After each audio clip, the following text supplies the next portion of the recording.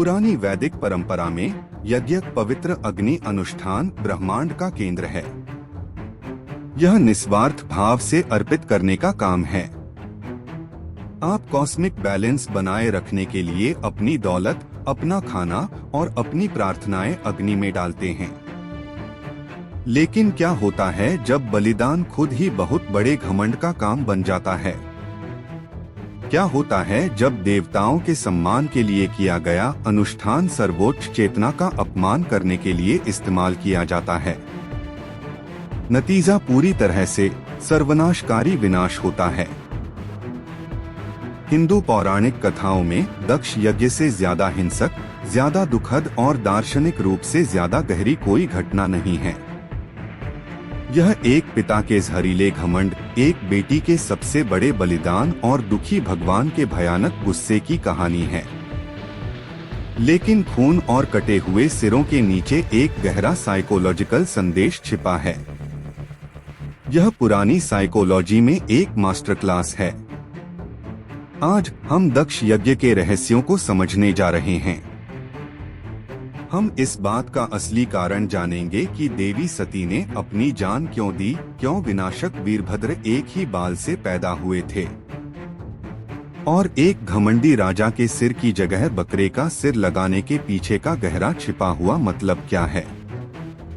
इंसानी अहंकार और भगवान की सच्चाई के बीच आखिरी टकराव में आपका स्वागत है।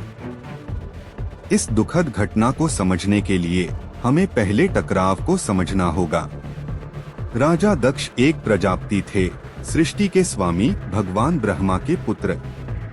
वे सभ्यता, कानून, ऊंच नीच और पुराने रीति रिवाजों को दिखाते थे।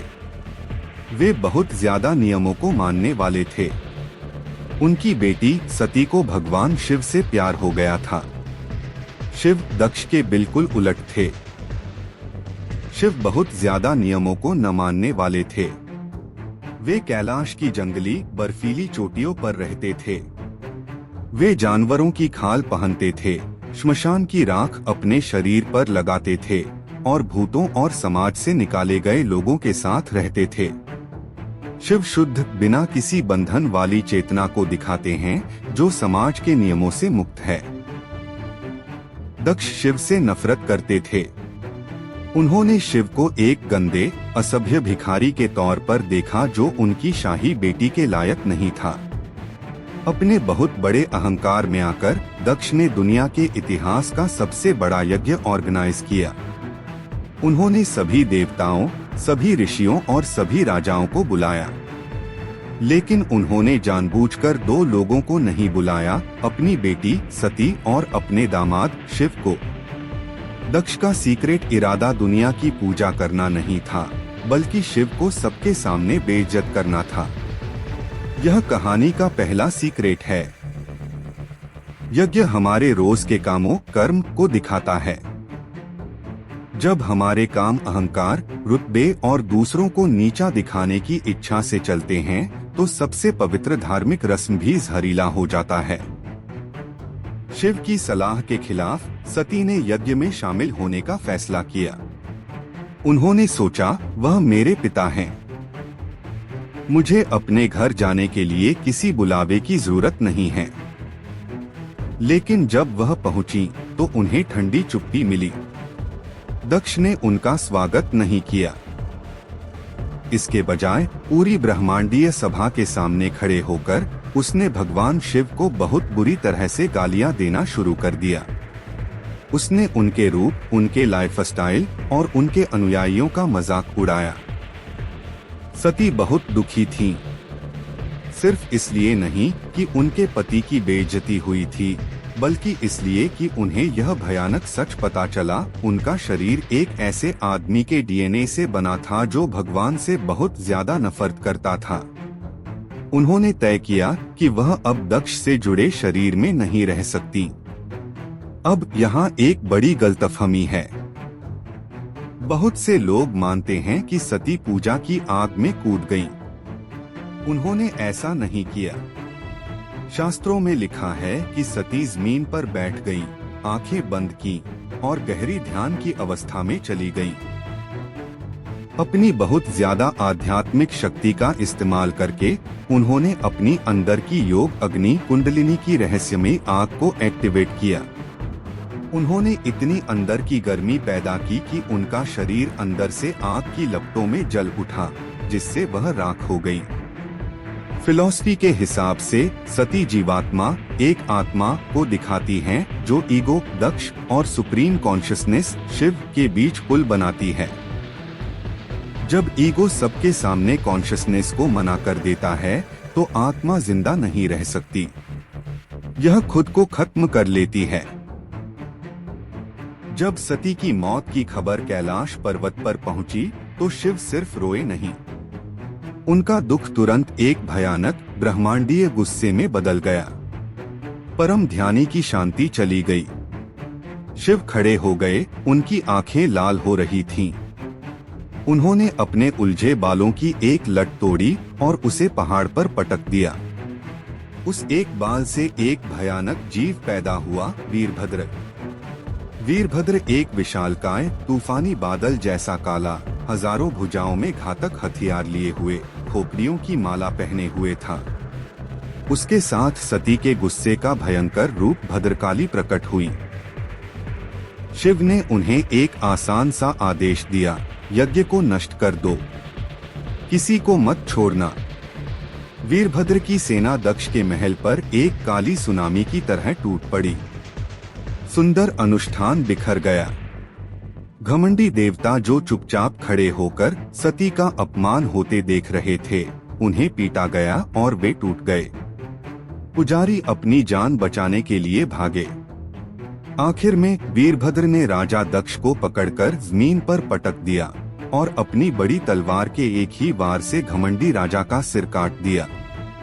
उसने दक्ष का सिर सीधे पवित्र आग में फेंक दिया। यज्ञ पूरी तरह खत्म हो गया। यह क्रूर सीन अहंकार के विनाश का एक उदाहरण है। वीरभद्र सत्य की अजेय शक्ति है। जब तुम्हारा अहंकार इतना बड़ा हो जाए कि उसे लगे कि वह ब्रह्मांड से भी बड़ा है, तो ब्रह्मांड तुम्हारे घमंड का सिर बेरहमी से काटने के लिए एक शक्ति भेजेगा। दक्ष के मर जाने और ब्रह्मांड में उथल पुथल मच जाने पर भगवान ब्रह्मा और भगवान विष्णु शिव के पास दया की भीख मांगने गए। उन्होंने शिव को याद दिलाया कि एक बार शुरू होने के बाद एक ब्रह्मांडीय यज्ञ को पूरा करना ही होगा, नहीं तो ब्रह्मांड अपना संतुलन खो देगा। शिव का गुस्सा गहरे दुख में बदल गया। सबसे बड़ा विनाशक भी भोलेनाथ हैं, जो आसानी से खुश हो जाते हैं, बहुत दयालु हैं। वह दक्ष को फिर से जिंदा करने के लिए मान गए, लेकिन दक्ष का असली सिर आग में जल गया था।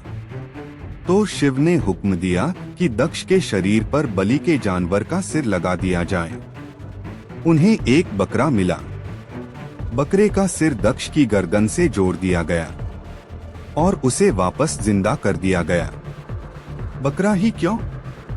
यही कहानी का असली राज है। भारत में बकरा माँ या मैं जैसी आवाज निकालता है। हिंदी और संस्कृत में मैं का मतलब मैं या मुझे होता है। बकरा ईगो की मिमियाहट को दिखाता है, मैं, मेरा पैसा, मेरी ताकत, मेरा रुतबा। दक्ष को बकरे का सिर देकर शिव ने इंसानियत के लिए एक हमेशा रहने वाला फिलोसॉफिकल मैसेज छोड़ा। जब भी कोई इंसान घमंड में आकर शेखी बघारता है, मैंने यह किया, यह मेरा है, तो वह भगवान की समझ से बात नहीं कर रहा होता। वह बस बकरी की तरह मिमिया रहा होता है। दक्ष अब बकरी के सिर के साथ विनम्र होकर शिव के सामने झुक गया। उसका झूठा घमंड चला गया। उसे एहसास हुआ कि शिव के बिना, परम चेतना के बिना, उसके सारे रीति रिवाज और दौलत बेकार थे। दक्ष यज्ञ की कहानी उदासी में खत्म होती है, लेकिन यह भारत के पवित्र भूगोल को जन्म देती है। सती को जाने न दे पाने पर शिव ने उनका बेजान शरीर उठाया और पागलपन की हालत में ब्रह्मांड में घूमने लगे। तांडव, विनाश का नृत्य। दुनिया को शिव के दुख से बचाने के लिए भगवान विष्णु ने अपने सुदर्शन चक्र का इस्तेमाल करके सती के शरीर को धीरे से 51 टुकड़ों में काट दिया। जहां भी उनके शरीर का एक टुकड़ा धरती पर गिरा, वह जगह एक शक्ति पीठ बन गई, देवी पूजा का एक सर्वोच्च केंद्र जहां आज भी लाखों लोग आते हैं।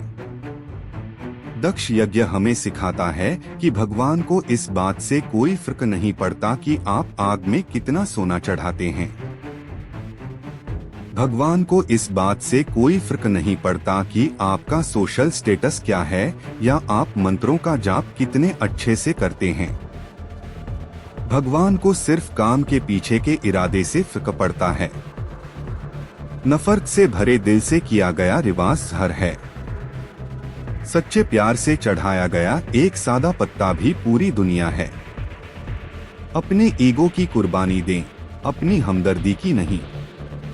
हिंदू पौराणिक कथाओं के रहस्यों में इस गहरी डुबकी को देखने के लिए धन्यवाद। इस महान कहानी के किस हिस्से ने आपको सबसे ज्यादा हैरान किया, हमें कमेंट्स में बताएं।